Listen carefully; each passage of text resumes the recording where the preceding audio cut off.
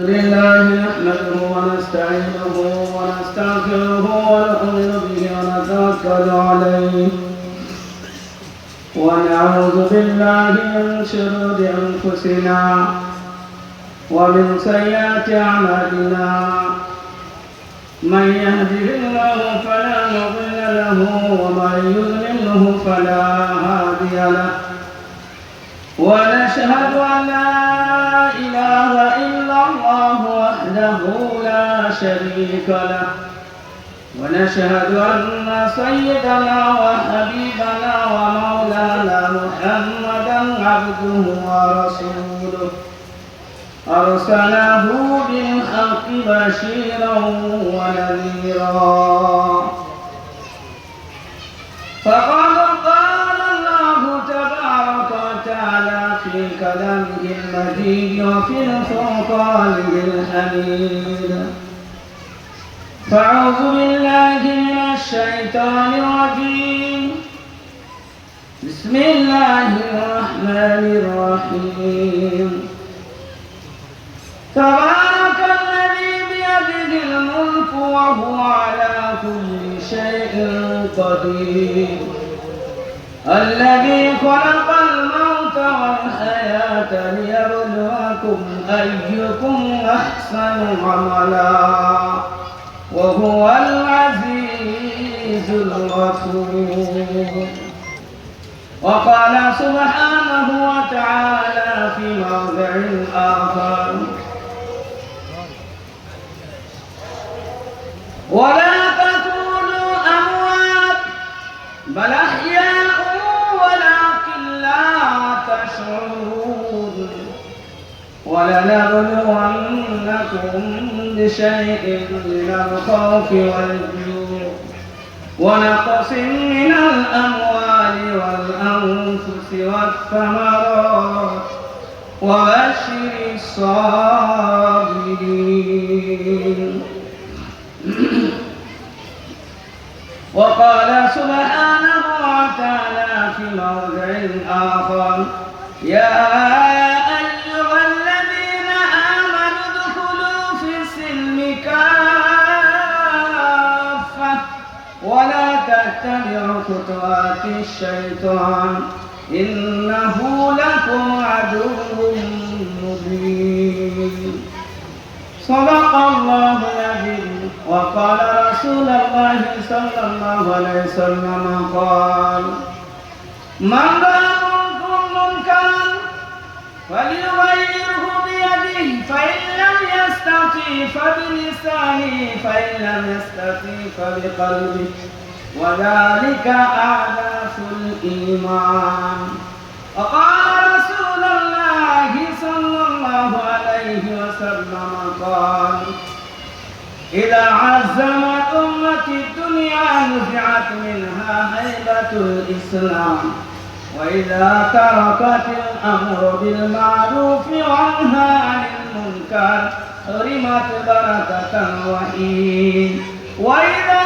تصدت أمتي سقطت من عين الله أو كما قال عليه الصلاة والتسليم সমস্ত প্রশংসা আল্লাহ সুবহানাহু ওয়া তাআলা শান্তির ধারা বর্ষিত হোক আকা নামে তাজদার মদিনা মুহাম্মদ মুস্তাফা সাল্লাল্লাহু আলাইহি সাল্লামের উপর আল্লাহ তাবারক ওয়া তাআলা লাখো শুকরিয়া যে আজকে এই পবিত্র মাহফিলকে একটা নিসবতের সাথে জুড়ে দিয়েছেন আল্লাহ তাবারক ওয়া তাআলা যিনারা আজকের এই মাহফিলকে সাজিয়েছেন কমিটিবৃন্দ সভাপতি ইমাম সাহেবগণ সকলকে আমার সাধুবাদ আন্তরিক ভালোবাসা শুভেচ্ছা এবং উপস্থিত শ্রোতাবৃন্দদের ও স্নেহের ছোট ছোট বাচ্চা বাচ্চি পর্দানুচ্ছন্ন মা বলে আল্লাহ তাবারক ওয়া তাআলার কাছে দিন ও দিনের আলোচনা এবং দিনের মাহফিল বড়ই পছন্দনীয়। আমাদের এবং আপনার তথা সারা বিশ্বের মানুষের কামিয়াবি ইহজগতে পরজগতে একমাত্র আল্লাহ তাআলা তার দিনের মধ্যে রেখেছেন। সেই দিন আমাদের জীবনে সঠিকভাবে যদি আসে তা আমরা দুনিয়াতেও তার শান্তি উপভোগ করতে পারব, আর মরার পরের জীবন আমাদের অতীব প্রিয় এবং শান্তিদায়ক জীবনযাপন হবে, এর মধ্যে কোনো সন্দেহের অবকাশ নেই। আল্লাহ তাবারক ওয়া তাআলা এই পৃথিবীকে তৈরি করার পূর্বে তিনি সিদ্ধান্ত নিয়েছিলেন যে মানুষকে দুনিয়ার বুকে পাঠাবো, কাকে প্রথম পাঠাবো কাকে পরে পাঠাবো এ সিলেক্ট হয়েছিল। সর্বপ্রথম যে মানুষটা আল্লাহ তাআলা পাঠিয়েছিলেন তিনি আদম আলাইহিস সালাম এবং নবী, এবং শেষ নবুয়ত যে মানুষটার উপর করেছেন তিনি আমার এবং আপনার সারা পৃথিবী আল্লাহর পরে যার সম্মান দিয়েছেন তিনি হলেন দুজাহানের বাদশা জনাবে মুহাম্মদ রাসূলুল্লাহ সাল্লাল্লাহু আলাইহি ওয়াসাল্লাম। আল্লাহ তাবারক ওয়া তাআলা প্রত্যেকটি যুগে যুগে যে নবী পাঠিয়েছিলেন তাদের একটা কাজ ছিল যে মানুষদেরকে সঠিক নির্দেশনা এবং পথ মত কামিয়াবি যে পথের মধ্যে আছে সেই পথকে দেখানো এবং যেভাবে তিনি বলবেন সেইভাবে চলার মধ্যে প্রত্যেকটা ওয়াক্তের জামানার নবীদেরকে তার তরিকা অনুপাতে তার মান্যওয়ালা চলবে। আল্লাহ তাদের উপরে দুনিয়া এবং আখিরাতে কামিয়াবির ঘোষণা দিয়েছেন। চলতে চলাতে দুনিয়ার শেষের দিকে পৌঁছেছে, আমরা আপনার শেষের দিকে পৌঁছেছি। আমার নবী আজ থেকে নয় 1450 বছর পূর্বে যখন মক্কার ভূমিতে এসেছিলেন তখনই তিনি ঘোষণা দিয়েছেন আনা খাতিমুন নবিয়্যিন লা নবিয়্যা বাদি, আমি হলাম আখিরি নবী, আমার পরে আর কোনো নবী আসবেন না। নবী কুলের শিরোমণি দুনিয়া থেকে চলে গিয়েছে, উম্মতের ওপর দায় ভার দিয়ে গিয়েছেন যে এই নবুয়তের যে কাজকর্ম এই উম্মতের উপর থাকলো, উম্মতরাই এই কাজের দায়িত্ব বহন করবেন। অর্থাৎ আমর বিল মারুফ নাহি আনিল মুনকার, সতের আদেশ আচরণ দেবেন আর অসৎ থেকে নিষেধ করবেন, এটা উম্মতের গুরু দায়িত্ব। সারা পৃথিবীর মানব জাতি বিশেষ করে মুসলমানদের গুরু দায়িত্ব। এই জন্য আল্লাহ তাবারক ওয়া তাআলা সর্বশ্রেষ্ঠ সর্বোৎকৃষ্ট বাদাল খুদা তু বুজুর্গ ই কিসসা মুক্তাসার আস, আল্লাহর পরে যার সম্মান তিনি হলেন জনাবে মুহাম্মদ রাসূলুল্লাহ সাল্লাল্লাহু আলাইহি ওয়াসাল্লাম। তিনাকে দুনিয়ার মুখে পাঠানো হয়েছে, তিনি দুনিয়ার মুখে এসেছিলেন, তার যে কাজ ছিল সেই কাজ পরিপূর্ণ করে কোরআনের ওই আয়াতের উপর আমল করে দুনিয়া থেকে বিদায় নিয়েছেন। আল-ইয়াওমা আকমালতু লাকুম দীনাকুম ওয়া আতমামতু আলাইকুম নি'মাতি ওয়া রাদিতু লাকুমুল ইসলাম দীনা। দোজাহানের বাদশা দুনিয়া ছাড়বেন, কোরআনের আখির আয়াত মতান্তরে তিনি সংবাদ দিলেন আল-ইয়াওমা আকমালতু লাকুম দীনাকুম, আজকের দিনের জন্য তোমাদের এই দিন ইসলাম পরিপূর্ণ করা হলো। আল-ইয়াওমা আকমালতু লাকুম দীনাকুম ওয়া আতমামতু আলাইকুম নি'মাতি, আমাদের উপরে আল্লাহ তার নিয়ামত পরিপূর্ণ করে দিলেন। ওয়া রাদিতু লাকুমুল ইসলাম দীনা, আর মযহাবে ইসলাম দিন, ইসলাম ধর্মকে আমাদের জন্য দিন আল্লাহ তাবারক ওয়া তাআলা নিজে পছন্দ করিলেন। ইসলাম ধর্ম দ্বীন মুহাম্মাদীকে আল্লাহ সারা পৃথিবীর দিনের উপরে প্রাধান্য দিয়ে বললেন এটাই দিন, এই দিনের উপরে আমি আল্লাহ রাজি রহিলাম।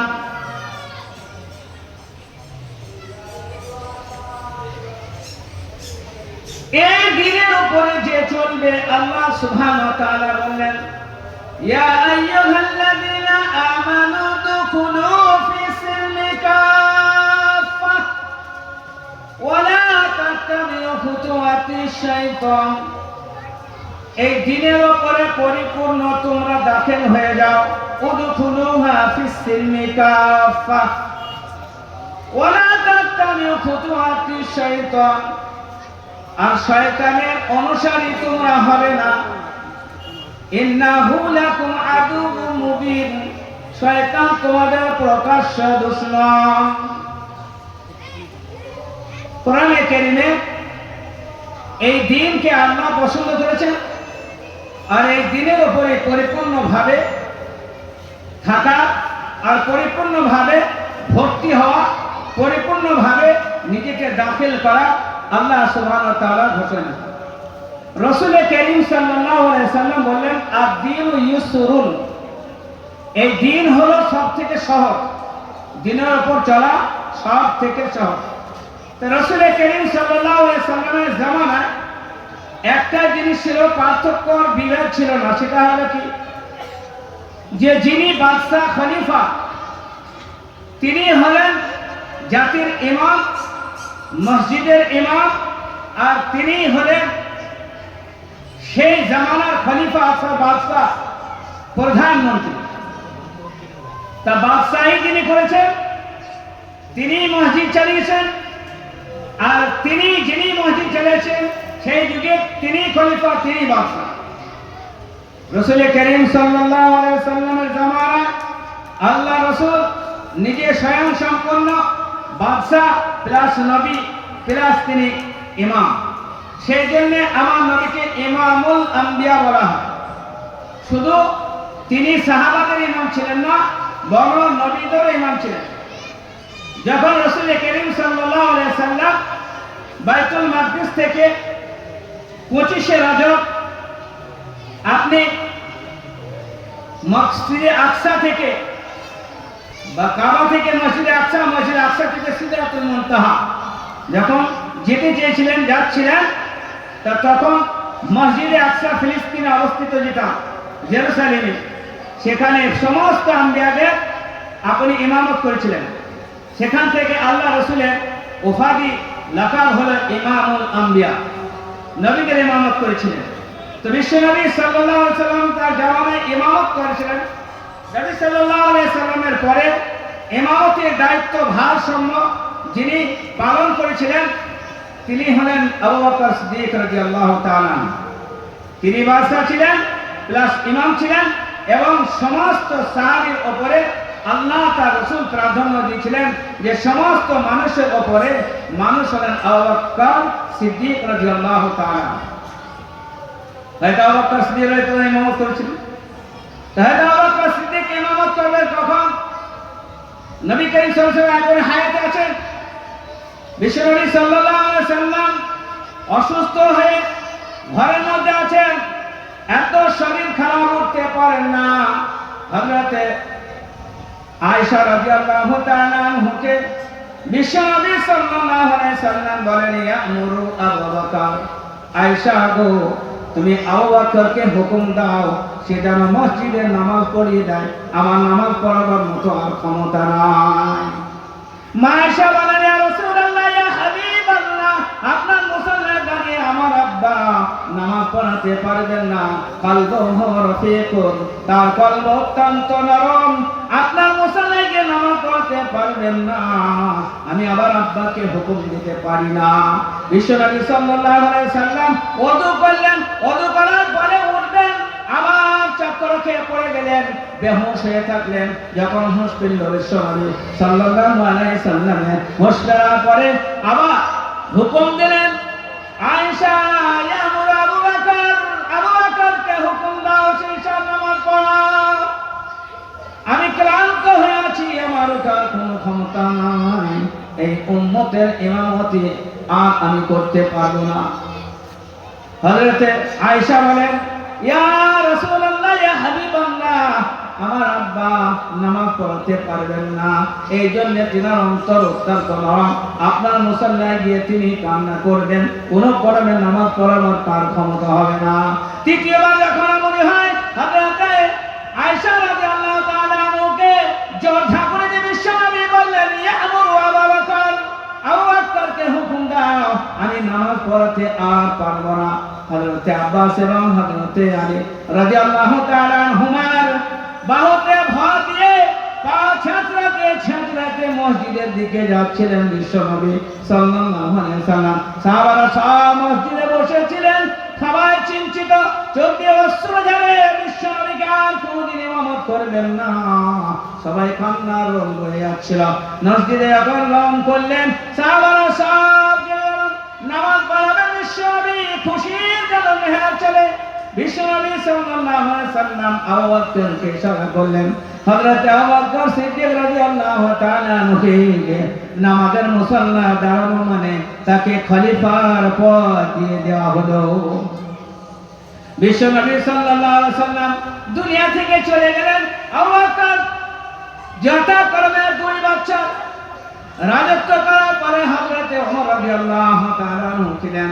হযরত ওমর রাদিয়াল্লাহু তাআলা আনহুর পরে হযরত ওসমান রাদিয়াল্লাহু তাআলা আনহু, হযরত ওসমানের পরে হযরত আলী কারামাল্লাহু ওয়াজহু, হযরত আলীর পরে ইমামে মুআবিয়া, হযরত ইমামে মুআবিয়া রাদিয়াল্লাহু তাআলা আনহু যখন রাজত্ব কালে সেখান থেকে শুরু হয় আপনার ফিতনা। এ পর্যন্ত রাজত্ব করতে আসছিল একের পর এক খলিফা, একের পর এক খলিফা। তো যিনারা খলিফা ছিলেন তিনারা ইমাম ছিলেন, আর তিনারা নামাজ পড়তেন, আর তিনারাই সমস্ত কিছু রাজত্বের দায় আর ভারসাম্য সমস্ত কিছু বজায় রাখা, গণতন্ত্র বজায় রাখার দায়িত্ব তিনাদের ছিল। আজকে যেমন আপনার সৌদি আরবে আছে যে ইমাম একজনা আর বাদশা একজনা, এটা কিন্তু ইসলামের নীতি ছিল না। এটা পরে এরা করলে ইমামতি করার ক্ষমতা নাই, সেই জন্য রাজত্ব চালাবার ক্ষমতা আছে, ইমামতি করার ক্ষমতা নাই। কারণ ইমামতির মধ্যে সবাই এটাই চায় যে সব থেকে ভালো মানুষ হতে হবে, পরেজগার হতে হবে, তাকওয়াওয়ালা হতে হবে, আল্লাহওয়ালা হতে হবে, আল্লাহ ভীরুতা হতে হবে, তার মধ্যে যোগ্যতা থাকতে হবে। আজকের যুগে পৃথিবীর বিশাল বিশাল জায়গা আর অনেক শহর আছে, অনেক দেশ আছে যেখানে ইমামত করে আল্লাহ আর ব্যবসায়ী করে আল্লাহ। এর কারণ হলো যে দিনের সাথে ওর মতলব নাই, ওর দুনিয়ার সাথে মতলব, সেই জন্য ও বাদশা হয়ে আছে আর ইমাম আলাদা ঠিক করেছে। কিন্তু এটা না, এটা ছিল না। আপনি কুয়েত বলেন, বাহরাইন বলেন, আর যে কোনো দেশগুলি বলেন, ইমাম আলাদা বাদশা আলাদা, ইমাম আলাদা বাদশা আলাদা। আর এটা ফিতনা শুরু হয়। কেন বাদশা সেই রকম যদি মুনসিফ আর নেক হয় তাহলে দেশে শান্তি আসবে। আর বাদশা যদি নেক না হয়, পরেজগার না হয়, তাহলে সে যে দেশকে পরিচালনা করবে তার অধীনস্থরা কোনোদিন ভালো হতে পারে না, ভালো রাখতে পারবে না। ওমর বিন আব্দুল আজিজ রাহমাতুল্লাহ আলাইহি বাদশা ছিলেন, যা জামানায় বলা হয় যে ছাগল এবং বাঘ একই ভাগে পানি পান করেছে। উনি সাহাবী ছিলেন না, না নবী ছিলেন না সাহাবী ছিলেন। ওমর বিন আব্দুল আজিজ রাহমাতুল্লাহ আলাইহি যিনি তাবে তার জামানায় যে রাজত্ব করেছিলেন, এত সুন্দরভাবে রাজত্ব করেছিলেন যে ছাগল এবং বাঘ যদি একই ভাগে পানি পান করেছে তো বাঘের ক্ষমতা না যে ছাগলের উপর আক্রমণ। কেন? তিনি সেই বাদশা ছিলেন যে বাদশা আল্লাহ রাসূল পাক সাল্লাল্লাহু আলাইহি ওয়াসাল্লাম বাদশাহী করেছিলেন, সেই বাদশা। রাজত্বের মধ্যে আত্মসাৎ করা আর পদের জন্য, চেয়ারের জন্য আজকে যে পরিস্থিতি, সেই পরিস্থিতির কারণে সেই যুগে যেখানে শুরু হয়েছে, ভাঙন ধরেছে। বিশ্বনবী সাল্লাল্লাহু আলাইহি সাল্লাম এ কথা বলেননি আমার চেয়ারে আমি যখন আছি, তা আমার পরে আমার জামাই, আমার ভাই, চাচাতো ভাই হযরত আলী কারামাল্লাহু ওয়াজহু কিংবা হযরত ওসমান গনি রাদিয়াল্লাহু তাআলা ইমামত করবেন। তেনারা ইমামত করার ক্ষমতা রাখতেন, তেনাদের মধ্যে জ্ঞান ছিল। ও ওসমান গনি যেনাকে আল্লাহ রাসূল দুটো মেয়ে দিয়েছিলেন, যুন্নরাইন যিনি লাকাব ছিল, ওসমান গনি যিনি কোরআনকে প্রথম 7টা জিলদে নিজে তৈরি করে দেশ বিদেশে ছড়িয়েছিলেন, ওসমান গনি যে দিনের জন্য যা এত অবদান, মালের অবদান আছে যা অন্য কাউকে নেই, কিন্তু নিজের আত্মীয়দের টানে নিয়ে সব থেকে প্রথম কাউকে টেনেছে আবু বকর সিদ্দিককে। তারপরে যাকে চিনেছেন তিনি ওই মানুষ যিনি হযরত আলী যিনি নবী মুহাম্মদ সাল্লাল্লাহু আলাইহি ওয়াসাল্লামের মাথা নিতে এসেছিলেন, তারপরে ইসলাম গ্রহণ করেছেন। আল্লাহ রাসূল পাক সাল্লাল্লাহু আলাইহি ওয়াসাল্লাম হয়তো ওমরের জন্য বলেন, আমার পরে যদি করে নবী আসতো তা আল্লাহ তাআলা লাকানা ওমর, তোমাকে আল্লাহ নবী করতেন। এখানে আত্মীয় স্বজন আর এখানে অন্য কাউকে দেখা হয়নি, দেখা হয়েছে যে দিনের দিকে সব থেকে যে আগে থাকবে তার ওই পথ, ইমামতের পথ, বাদশাহের পথ, খলিফার পথ তার থাকবে। হয়তো আপনাদের আমল ওমর আব্দুল আজিজ রাহমাতুল্লাহ জামানার মধ্যে হয়েছিল, অনেকজন ভাবছিল যে অনেকে রাজত্ব আর অনেকে বাদশাহী করে বলে, ওর আব্বা সুলাইম চেয়েছিল যে আমার ছেলে বাদশাহ হবে, কিন্তু না, সেই যুগের বাদশাহ চেয়েছেন না বাদশাহ বলি হবে না, আমার পরে চলে যাবে, তাই এমন একজনকে বাদশাহ করবো যে সে সঠিকভাবে সারা দেশের মানুষকে পরিচালনা করবে কোরআন এবং হাদিস সম্মত। তো ওমর বিন আব্দুল আজিজ রাহমাতুল্লাহ আলাইহি যখন রাজত্ব করছেন, রাজপথ থেকে যখন বাড়ি আসছেন, তা একদিন দেখছেন যে মুখে কাপড় দিয়ে মেয়েরা বাবার সঙ্গে কথা বলছে। ওমর বিন আব্দুল আজিজ রাহমাতুল্লাহ বাড়িতে জিজ্ঞেস করছেন যে আমার মেয়েরা আমার সামনে কথা বলছে, তো মুখে কাপড় দিয়ে কেন বলছে? তো ভাবি জিজ্ঞেস করছেন যে বাদশাহ আপনাকে একটি কথা বলতে পারি? তো বলে বলো। বলে হুজুর, আপনি এত বড় একটা পৃথিবীর 1/3 এলাকার আপনি এত বড় একটা মহাপ্রতাপশালী বাদশাহ, আর আপনার ঘরে আজকে আটা ছিল রুটি করার মতো, কোনো তরকারি ছিল না।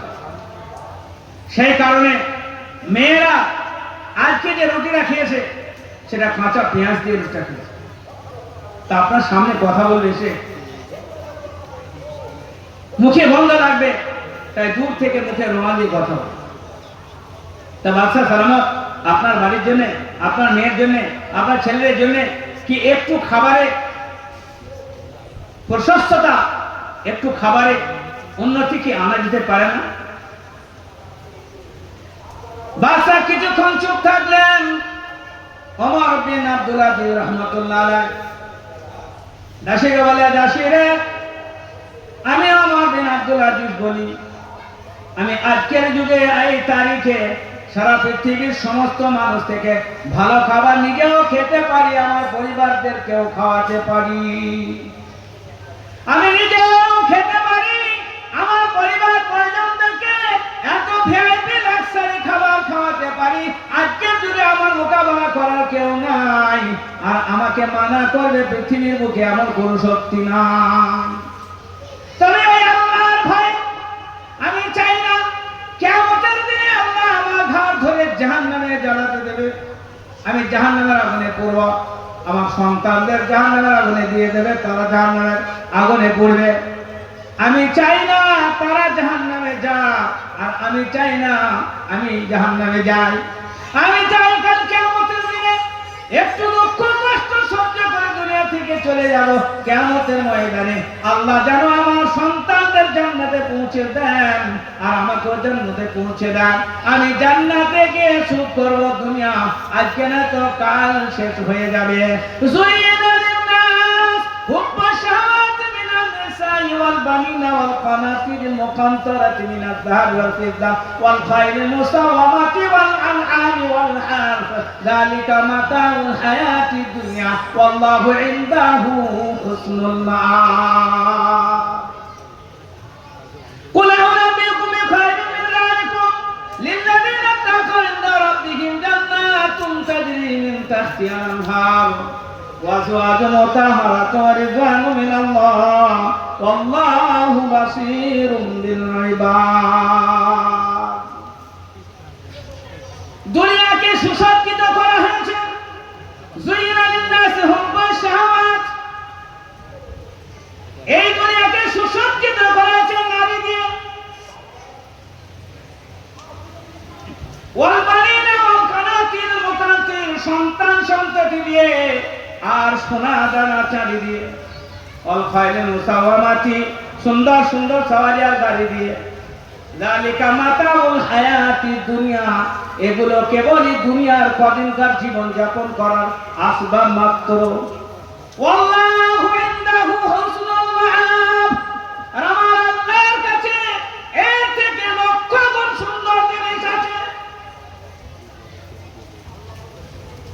কুল আউনাবিকুম রাসূল বললেন আমি কি তোমাদের বলে দেব নাকি এর থেকে সুন্দর জিনিস জান্নাতুন তাজরি মিন তাহতিহাল আনহার খালিদিনা ফিহা এমন সুন্দর প্রবাহিত নহর জান্নাত আর রিজওয়ানু মিনাল্লাহ আল্লাহ রিজানুন্দি এবং পাক এবং পবিত্র হুরে আইন তোমাদের দেওয়া হবে আমি সেই দিকে খেয়াল করে আমার সন্তানদের আমি হারাম জিনিস এনে দিইনি যদি আমি রাজকোষ থেকে হারাম জিনিস এনে খাইয়ে দিই আমাকে বাধা দেওয়ার মতো কারোর ক্ষমতা নাই আমি তা করতে পারিনি আমি চাই আমার সন্তানরাও যেন জান্নাতে প্রবেশ করতে পারে আমিও যেন জান্নাতে যেতে পারি সন্তানরা যেন হারাম খাওয়ার কারণে জাহান্নামে না যায় আর আমিও যেন জাহান্নামে না যাই আমাকে কিয়ামতের দিনে হিসাব দিতে হবে আমি ওমর বিন আব্দুল আজিজ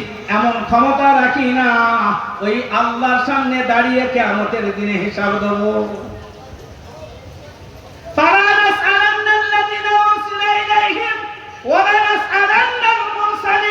যেদিন আল্লাহ তাআলা নবীদেরকে সর্বপ্রথম রাখবেন নিজের চেয়ারের সামনে আর পূর্ণ বিচার চেয়ে বিনা ছাড়বেন না ঈসা আলাইহিস সালাতু সালাম কেউ রাখবেন ঈসা রে তুমি নাকি বলেছিলেন আমি তিন খোদার খোদা ঈসা তুমি কি বলেছিলে নাকি মারিয়াম খোদা তুমিও খোদা হযরত ঈসা নবী আলাইহিস সালাতু সালাম আল্লাহ এ কেমন করে সম্ভব হতে পারে যে আমি বলবো আমার অনুচরদের আমি আল্লাহর নবী আমি আল্লাহর দিকে মানুষকে আহ্বান করি আমি আল্লাহ নিজেকে বলিনি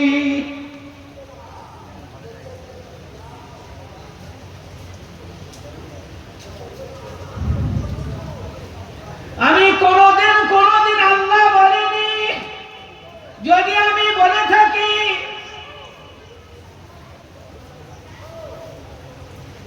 যদি আমি বলে থাকি আমি আল্লাহ তো আনতা আল্লাহুল গুয়ুব তা আপনি তো গায়বের খবর জানেন যে আমি আল্লাহ আমি নিজেকে আল্লাহ বলেছি সেটাও আপনি জানেন আর আমি যদি নিজেকে আল্লাহ না বলে থাকি সেটাও আপনি জানেন সুতরাং আমি পরিষ্কার পরিচ্ছন্নতা নিজের তরফ থেকে কিছু দেব না আমি উত্তর দিতে চাই না যদি আমি বলে থাকি সেটাও আপনি জানেন আর যদি আমি না বলে থাকি সেটাও আপনি জানেন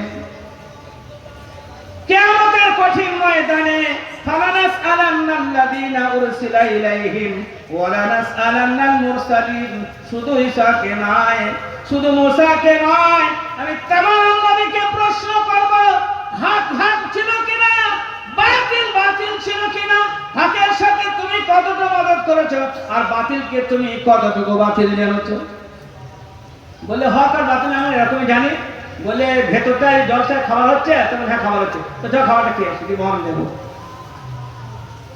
ভেতর যখন খাবার হচ্ছে খাবারটা খেয়ে ওটা খাবার হচ্ছে ওটা খাবার না তাহলে ওই দেখছো দুধ খেয়ে আসি খেয়ে এলে আবার ফের জলসা হবে শোনা হলে আবার ফের ওখানটাও শোনা হবে কোনটা মহানটা দেখা হবে মহানটাও শোনা হবে সব রকমই হবে হ্যাঁ সব রকম হবে ইস্তিগফার লাহুম আও লা তাস্তাগফির লাহুম ইন তাস্তাগফির লাহুম 70 মাররা ফালান ইয়াগফিরাল্লাহু লাহুম যালিকা বিআন্নাহুম কাফারু বিল্লাহ ওয়া রাসূলিহি ওয়াল্লাহু লা ইয়াহদিল কওমাল ফাসিকিন উবাই ইবনে কাব ছিল বুঝলেন উবাই ইবনে কাব ছিল যে সারা জিন্দেগি ভর আল্লাহ রাসূলকে কষ্ট দিয়েছে, কিন্তু মৃত্যুর সময় সবার কি হয়? মৃত্যুর সময় সবারই গাছের পাতা শুকিয়ে যায়। আমাকে আর আপনাকে আমল করতে হবে মৃত্যুর দিনের জন্য। আমাকে আপনাকে আমল করতে হবে কবরে যাওয়ার আগে। আমাকে আপনাকে আমল করতে হবে সেই বিচার দিনের ভয়ে। তো উবাই ইবনে মুনাফিক মনে করছিল দিন এইভাবেই কাটবে, রাত এইভাবেই কাটবে। কোনো ভয় ছিল না রাসূলের সাথে শত্রুতা করা, রাসূল যেদিকে বলে তার উল্টো দিকে চলা, মুনাফিকদের কাছে গিয়ে মুসলমানদের বদনাম করা, আর মুসলমানদের কাছে এসে মুসলমান সাজা। এক যুগে সারা জীবন এইভাবে জীবন যাপন করে যখন দুনিয়ার বুক থেকে যাবে, ইযা জা আজালুহুম লা ইস্তাখিরুনা সাআতাও ওয়া লা ইস্তাকদিমুন। মৃত্যুর সময় যখন আসে সমস্ত মানুষকে আল্লাহ তার আমলের মতো তাকে কবরে যাওয়ার আগে আগেই বদলা দিতে আরম্ভ করেন। ইয়াহশুরুকা তুহশারুনা কামা তামুতুনা ওয়া তামুতুনা কামা তাহইয়াউনা। যেমন তুমি জীবন যাপন করবে তেমন তোমার মৃত্যু হবে, আর যেমন তোমার মৃত্যু হবে সেইভাবে তোমায় হাসরে তোলা হবে। বিশ্বনবী সাল্লাল্লাহু আলাইহি ওয়াসাল্লাম বললেন, সামনে জায়গা রয়েছে না ভাই, এই যে দাঁড়িয়ে রয়েছেন এটা আমাদেরও কষ্ট লাগছে ভাই, আসুন না প্লিজ ভেতর ঢুকুন, জায়গা রয়েছে তো, আসুন একটু সামনের দিকে আসুন ভাইজান, আসুন না ভাই, ওনাদের সুযোগ করে দেন বসার জন্য, আসুন সামনের দিকে ভাই, আসুন আল্লাহর বান্দারা আসুন, বসে আছেন আপনারা শুনতে পাচ্ছেন না, আসুন না ভাই, ভাই আপনারা কেন দাঁড়িয়ে রয়েছেন, আপনাদের দেখে আমাদের কষ্ট হচ্ছে, আপনারা দাঁড়িয়ে রয়েছেন আমাদেরই কষ্ট হচ্ছে, আসুন ভেতর ঢুকুন, মেহেরবানি করে ভেতর ঢুকুন, আসুন। তো উবাই ইবনে মুনাফিক আল্লাহ রাসূলের দুশমন, সে ভাবছিল সারা জীবন এইভাবেই চলবে। যখন মৃত্যুর সময় একদম কাছাকাছি, ছেলের নাম আব্দুল্লাহ, ছেলে ঈমান এনেছে, বলে আব্দুল্লাহ যদি তুমি বিশ্বনবী সাল্লাল্লাহু আলাইহি সাল্লামের কাছে যাও, আমার সময় শেষ হয়ে গেছে, আর আমি বাঁচব না, সারা জীবন যা কাজ করেছি মৃত্যুর সময় তার ফল আসতে আরম্ভ হয়ে থাকে। এবার সে বুঝতে পারে আমি দুনিয়া থেকে চলতে চলেছি, কোথায় আমার ঠিকানা হবে। তা বলে বাপ এক কাজ কর, কি বলে তুমি রাসূলের কাছে যাও আর বলো, ইয়া রাসূলুল্লাহ, ইয়া হাবিবাল্লাহ, আমার আব্বা হুজুর বলেছেন যখন আমার ইন্তেকাল হয়ে যাবে তখন যেন আপনার গায়ের ওই জুব্বাখানা দিয়ে আমাকে কাফন দেওয়া হয়। কত বড় আবদার দেখেছেন, বাঁশ দিয়ে সারা জীবন বাঁশ, যেমন আমরা বাঁশ দিই না, আমরা কেমন বাঁশ দিচ্ছি, কেউ দাড়ি কেটে চাইছি সাদা করে, বুড়ো হয়ে গেছে, মরবে কালকে, যে কবরে যাবে দাড়ি কেটে সাদা, কবরে মুখ খুলছে তা বুড়ো বাঁদর লাগছে, মরেছে মুসলমান মরেছে, আমার তারা বুড়ো বাঁদর মরেছে, বুড়ো বাঁদর মরে যাচ্ছে, শুনতে তো ভালো লাগছে, কিন্তু এর থেকে বেশি খারাপই ওখানে হবে। আমি কিন্তু কম বলছি, ওটা কিন্তু বেশি ওখানে।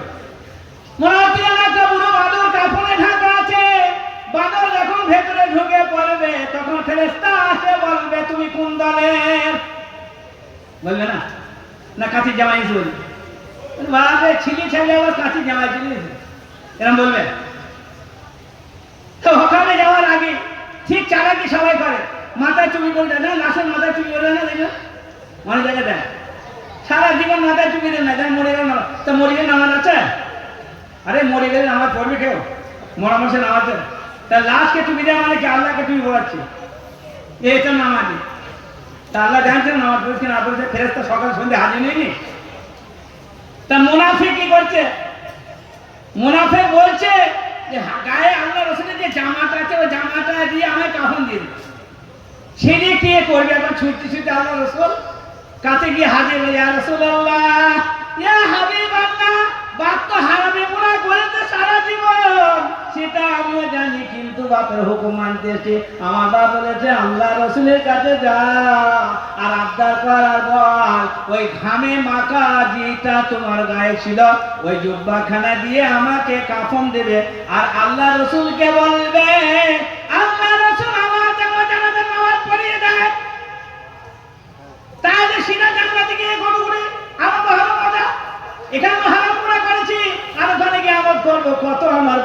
কত ব্রেনি, কত মাইন্ডের মানুষ।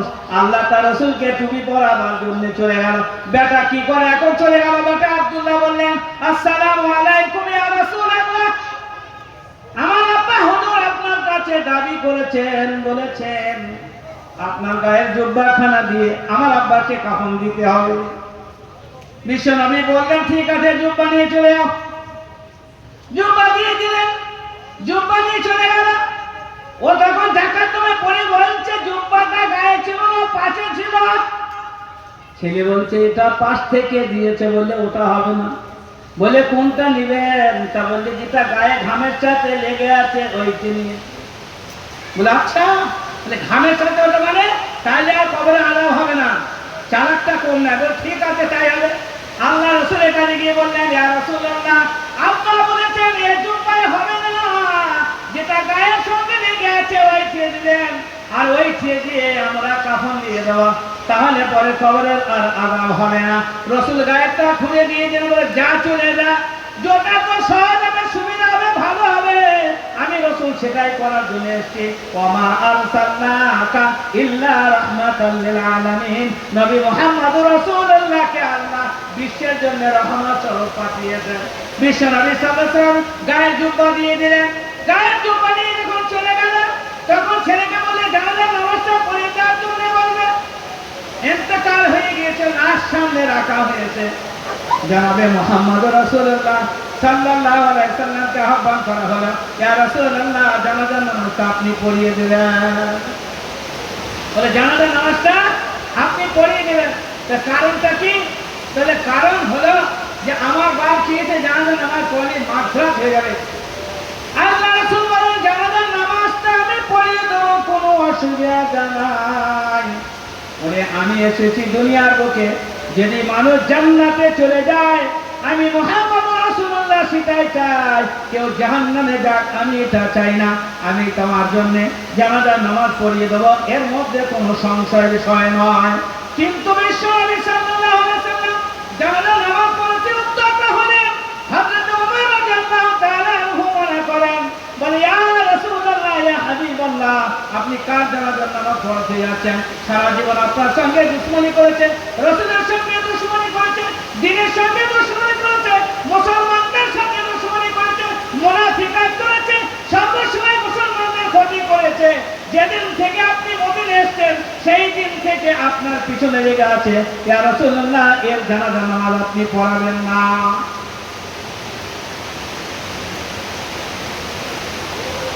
এর জানাজার নামাজ আপনি পড়াবেন না ইয়া রাসূলুল্লাহ। কিন্তু রাসূল বললেন আমি জানাজার নামাজ পড়াবো রে ওমর, তুমি জানো না আমি মুহাম্মদ রাসূলুল্লাহর কারণে যদি কোনো মানুষ জাহান্নাম থেকে বেঁচে যায় আমার কোনো অসুবিধা হবে না। সে জানে না জাহান্নাম কত কঠিন জিনিস।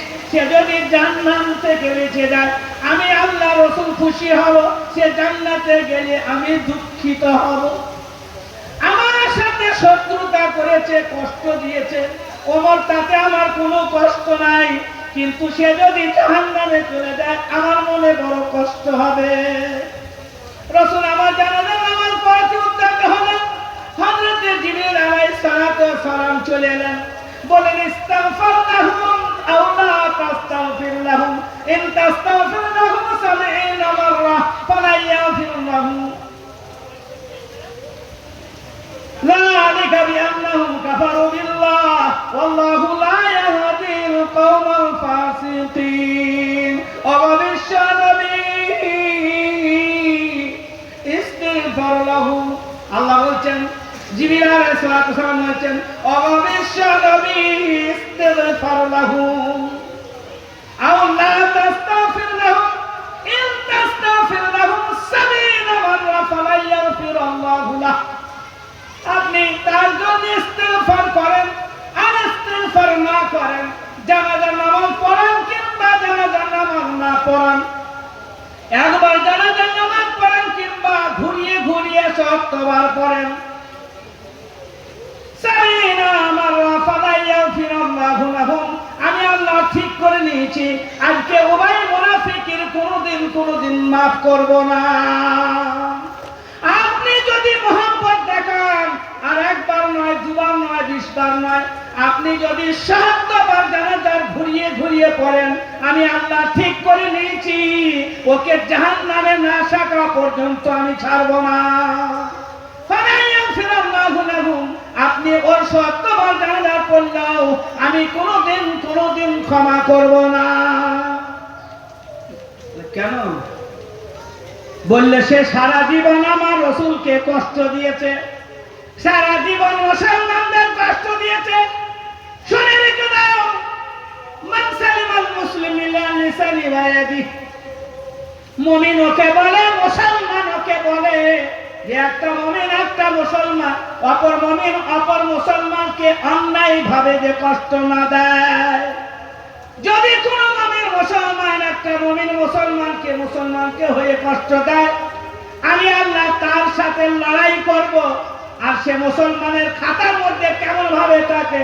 আর মুসলিমু মান সালিমাল মুসলিম, মুসলমান ওই যার হাত থেকে, যার চোখ থেকে, যার কৃতকর্ম থেকে অপর মুসলমানের হেফাজতে না থাকে। সুতরাং নবী মুহাম্মদ রাসূলুল্লাহ আল্লাহর পরে যার সম্মান, আমি যদি নবীকে তৈরি না করতাম, কোনো জিনিস তৈরি করতাম না। নবী সহ্য করলেও নবী খোদা সহ্য করবে না। তুমি আমার নবীকে কম কষ্ট দাওনি রে, আজ তোমার বদলা নেওয়ার দিন আছে। আজ তোমার নবী যদি জানাজার পড়ায়, তবু তোমার আমি মাগফিরাত করব না। আর আজকের পরে নবীকে বলে দিলাম, কোন অমুসলিমের জানাজার নামাজ এবং তার কবরে কোনোদিন আপনি যাবেন না। আজকে থেকে মানা করে দিলাম, কোন কবরে যাওয়া হবে না, তাতে যে জাতির কবর হোক, আর কাউরি জানাজার আপনার পড়ানো হবে না। এইবার আমরা চিন্তা করি রাসূলের কত ভক্ত আছে। হ্যাঁ, রাসূলের ভক্ত হচ্ছে আশুরার দিন। আজকে আশুরার 10ই মুহররম, আশুরার দিন হযরতে ইমামে হোসেন একা যুদ্ধের ময়দানে, হযরতে ইমামে হোসেন যে ঘোড়ার উপর চেপেছিলেন, যে তলোয়ার হাতে নিয়েছিলেন, 6 কিংবা 12,000 সৈন্য আক্রমণ করছে। আর হযরতে ইমামে হোসেন একা যুদ্ধের ময়দানে 3.5 ঘন্টা যুদ্ধ চালিয়ে যায় আর তাদেরকে কচুকাটা করে শেষ করে দেয়।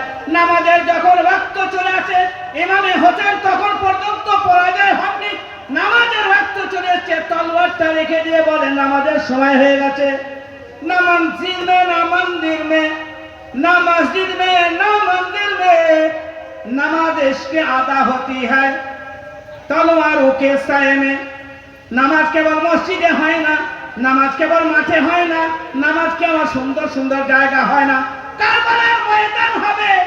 আর সেখানে আলী আসগারের মাথা নেওয়া হবে, আলী আকবরের মাথা নেওয়া হবে, আহলে বাইতের মাথা নেওয়া হবে। ফুলের সড়ক বয়ে যাবে, মাটি সিক্ত হয়ে যাবে, ভিজে যাবে রক্তে। আর তার মধ্যে যখন সিজদা করবে, রক্ত মাখা মাটি সিজদা করবে।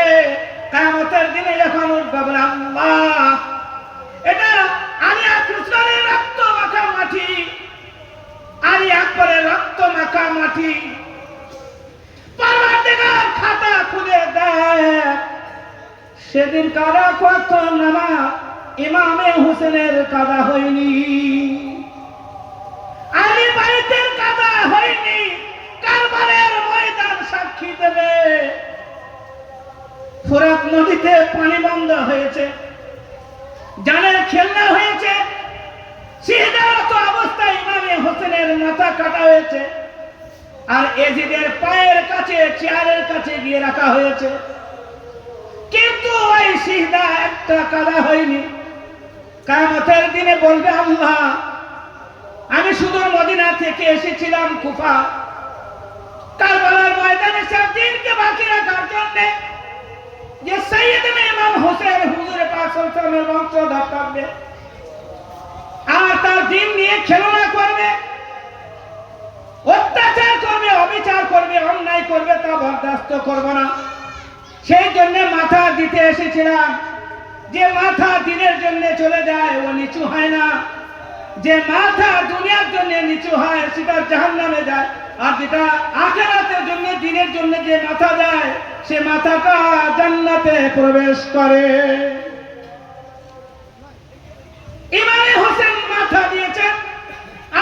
আজহার আলী আসকার মাথা দিয়েছেন আহলে হুজুরে পাক সাল্লাল্লাহু আলাইহি ওয়াসাল্লামের পবিত্র খানদান।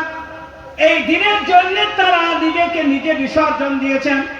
কারবালার ময়দান সাক্ষী আছেন। মুসলমানদের বলে গেল হ্যাঁ হ্যাঁ, না মসজিদ में ना मंदिर में ना बैतुल्लाह की दीवारों के साए में नमाज इश्क अदा होती है কারবালা में तलवारों के साए में। নামাজ যখন কারবালা হবে, জানি যখন টানাটানি হবে, ওয়াক্ত চলে আসবে, তলোয়ার রেখে দেবে, নামাজ আদায় করবে। যদি তোমার গর্দান ইমামে হোসেনের মতো চলে যায়, এ শরবত খাচ্ছে তো 20 টাকা দেয়, শরবত খাচ্ছে, হায় হোসেন হায় আছে, মোয়ারগা গলায় দড়ি দেগা, ন্যাংটা চুট্টা হারামখোর বেদিন বদ্দিন। হ্যাঁ, আজকে রোজা রাখা বিশ্বনবী বললেন আমি মদিনায় গেলাম, তো ইহুদিরা রোজা রেখেছে, একটা কিসে রোজা নেই? তা বললে আমরা মুসা আলাইহিকে মহব্বত করি, তবে তোর থেকে বেশি মহব্বত আমরা করি, আমাদের দুটো করে আগে। তো দুটো করে রোজা আল্লাহ রাসূল বলছেন, তখন হাসান হোসেনের কিন্তু কারবালা ময়দান হয়নি। তার আগে রোজা বলছে এই রোজাটা আশুরার রোজা হলো, এখন নফল হয়েছে, তার আগে ফরজ ছিল। যখন রমজানের রোজা ছিল না তখন এই রোজা ফরজ ছিল। এখন এই রোজাটা ফরজ নাই, কিন্তু ফরজের সমতুল্য সওয়াব আছে। আর এই রোজাটা রোজার মাসে ফরজ রোজার পরে সব থেকে দামি রোজা আমরা মুসলমানরা রাখি। তা রোজা রাখা এত বড় একটা কাজ, তা ও শরবতটা খাবে কখন? আজ তো রোজা রাখা শরবত খাবে কখন? তাই ও যে শরবত খাচ্ছে, শরবত কি করে গো? ও কারবারে গিয়েছিল, ওর মা মরেছিল, ও মরেছিল, ওর গলায় ছুরি চলেছিল। তারা তো পানি পেলে না, ফোরাত নদীতে পানি পেলে, শরবত পায় কোথায়? এ খেপা মুসলমানদের না মার খায়, তো এদের ঘরে তো মার না পড়ে কার ঘর পড়বে? কেউ একবার বন্যা দেবে ময়দানে কারবারে তো পানি দিয়ে তুই শরবত পাচ্ছিস কোথায় পাড়া নিয়ে? হ্যাঁ, তুই শরবত পেরে কোথাবে? তোর বাপ 14 পুরুষ হারামখোর ন্যাংটা, তুই শরবতের কথা বলছিস? ওখানে তো মাটি ভিজে ভিজে মাটিতে রক্ত তুলে দিয়ে বলল আল্লাহ এই দিনকে প্রতিষ্ঠিত করার জন্য আলী আসকার, আলী আকবর, আহলে বাইতের কম বেশি 150 জন মাকে মাটিকে রক্তে আমি রাঙা করে দিয়ে চলে গেলাম। এই দিনের হক আদায় করলাম, কিয়ামতের দিনে যেন আমাকে ধরা না হয়। আমাদের উচিত ছিল যারা মদ খেয়ে এরকম করছে তাদের শুধু 5 জন করে 5 নামো আমাদের উপর ফরজ। কিন্তু আমরা কি বলছি, এই মাহমুদপুরে দুটো খেয়ে মহরমটা দেখে একবার দুটো কাজ একসাথে চলে যাবে। তো তুই এদিক থেকে কম যাবে কি? এবার তুই সেখানে আছিস তো কেন? দু গড়ে চ্যানেল বেশি পাতলা। ইহুদি যার কথা শোনালাম, উবাই মুনাফিক রসুলের সাথে বাঁশ দিয়া আসের বেলায় রসুলের জুব্বা দিয়ে জানাজা বলে টানাটানি। আল্লাহ বলে পরিষ্কারটা আমি করি, আমার রসুল বড় মহব্বত, রসুল পরিষ্কার না করে তোর ঠিকানা জাহান্নাম করে আমি থাম। বল কেন? তুই বড় খচরা মাল আছিস, একবার এদিকে আর একবার ওদিকে, কখনো জল কখনো পানি, কখনো আসসালামু আলাইকুম কখনো নমস্কার। যেখানে যাব সেখানে তেমন ওমাকারু ওমাকার আল্লাহ আল্লাহু খায়রুল মাকিরিন। তুই যত চালাক, তোর বাপের থেকে, তোর 14 পুরুষ থেকে, তোর এই খচরা মাল ইসরায়েলি ওর থেকে বেশি চালাক আমি আল্লাহ। খবরদার, আল্লাহর বিধান নিয়ে খেলা করবে না, আল্লাহর বিধান নিয়ে খেলা করবে না।